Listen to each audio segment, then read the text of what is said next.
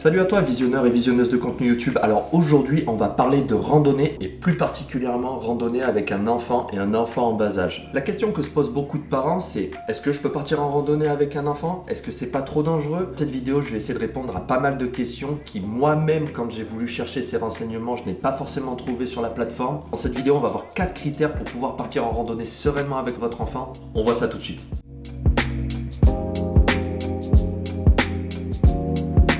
Tout d'abord, il va falloir choisir l'itinéraire. L'itinéraire, il va se choisir en fonction déjà de votre niveau de base. Si vous avez un certain niveau en randonnée, si vous êtes débutant, intermédiaire ou expérimenté, ça va être la base de votre choix dans l'itinéraire que vous allez choisir. Forcément, l'expérience de randonnée avec un enfant ne sera pas la même qu'une randonnée classique seule avec votre propre sac à dos. Votre enfant ne va pas pouvoir enchaîner les dénivelés comme vous les enchaînez, donc forcément, il va falloir que vous portiez votre enfant dans le dos. Et le fait d'avoir cette charge supplémentaire dans le dos va totalement changer votre façon de voir la randonnée et de choisir votre itinéraire à l'avenir. Votre enfant va bouger derrière, la répartition de la charge est différente et plus éloignée, votre centre de gravité est plus éloigné de votre dos, donc il va y avoir des critères à respecter dans le choix de votre randonnée pour pas vous mettre en difficulté ni en danger sur les sentiers.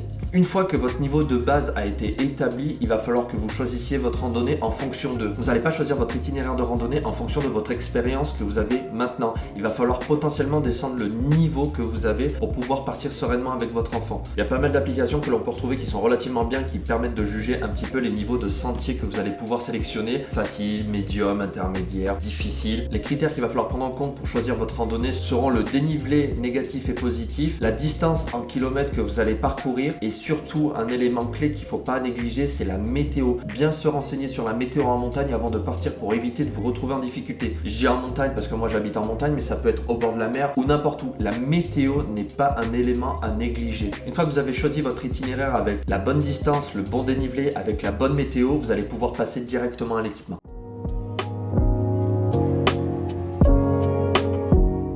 L'équipement premier pour pouvoir partir en randonnée avec votre enfant, ce sera bien évidemment le porte-bébé. Le porte-bébé que je peux vous conseiller, ce sera forcément un porte-bébé dorsal de randonnée spécialisé pour la randonnée. Pour partir en randonnée sur des moyennes et longues distances, ne prenez pas un porte-bébé physiologique, vous savez ceux qui se mettent sur le ventre ou dans le dos pour partir en randonnée à moyenne et longue distance parce que l'expérience et pour vous et pour le bébé sera totalement désagréable. Ces porte-bébés physiologiques vont plutôt être utilisés pour des balades en bord de mer, des balades en forêt sur des courtes distances, mais pour de la randonnée où vous allez commencer à avoir du dénivelé, enchaîner les kilomètres sur des terrains pas forcément faciles, ce porte-bébé là sera totalement à proscrire. Partez plutôt sur ce genre de porte-bébé. Alors je vais pas citer de marque ou quoi que ce soit, mais ce sera concrètement ce type de porte-bébé là qu'il va falloir que vous utilisiez pour partir en randonnée, avec des bretelles rembourrées en mousse, avec une ceinture abdominale qui va bien pouvoir vous prendre les hanches et qui va pouvoir répartir la charge en fait bien en haut de vos fessiers et bien au niveau des hanches, avec des rappels de charge qui va pouvoir bien plaquer votre bébé sur le dessus et surtout avec une assise pour bébé pour qu'il soit le plus confortable possible. Alors celui-ci je l'ai gardé pendant un an, il m'a accompagné dans bien des randonnées en Italie, dans les Alpes, j'ai un petit peu emporté partout. Ça a été mon premier réel fidèle compagnon de voyage et j'en étais plutôt satisfait. Maintenant je suis passé sur la catégorie au-dessus parce que forcément vu que je commençais vraiment à être énormément en montagne, à enchaîner les dénivelés, j'ai pris la gamme supérieure pour avoir un maximum de confort. Mais c'est vrai que si vous débutez la randonnée et que vous voulez un minimum investir dans un porte-bébé, partez sur ce type de produit là parce qu'il est juste parfait pour le début. Celui-ci à l'avenir je le ferai peut-être gagner à un jeu concours, on verra en fonction d'eux. Pour l'instant il dort dans le placard, on ne se touche pas.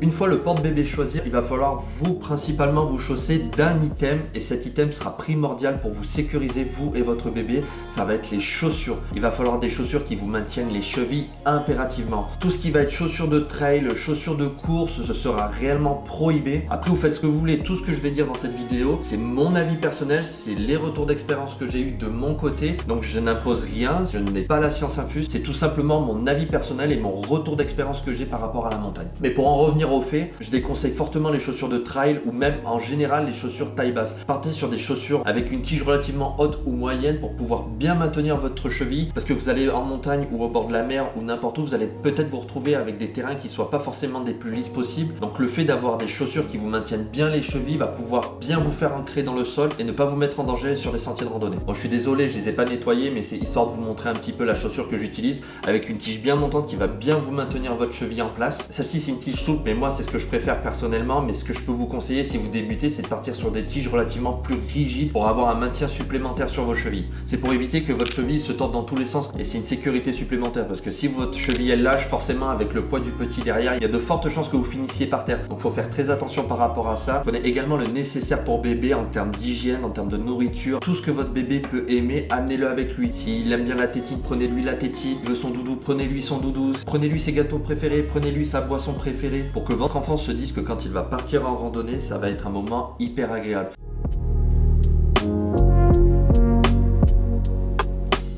Faire des pauses fréquentes, tout simplement, ça va permettre à votre bambin de pouvoir se libérer, de pouvoir un petit peu se dégourdir les jambes, parce que forcément, si vous enchaînez les kilomètres et les kilomètres pendant des heures et des heures, votre enfant il va perdre patience derrière et à un moment donné, vous n'allez plus pouvoir le tenir. Dès que vous trouvez un petit coin sympa, pas trop dangereux, n'hésitez pas à faire une pause 10, 15, 20 minutes avec votre enfant, sortez-le du porte-bébé pour qu'il puisse courir, découvrir un petit peu les alentours, la faune, la flore. Et ça reste avant tout de la balade et il faut que ce moment reste le plus agréable possible pour vous et pour le bébé.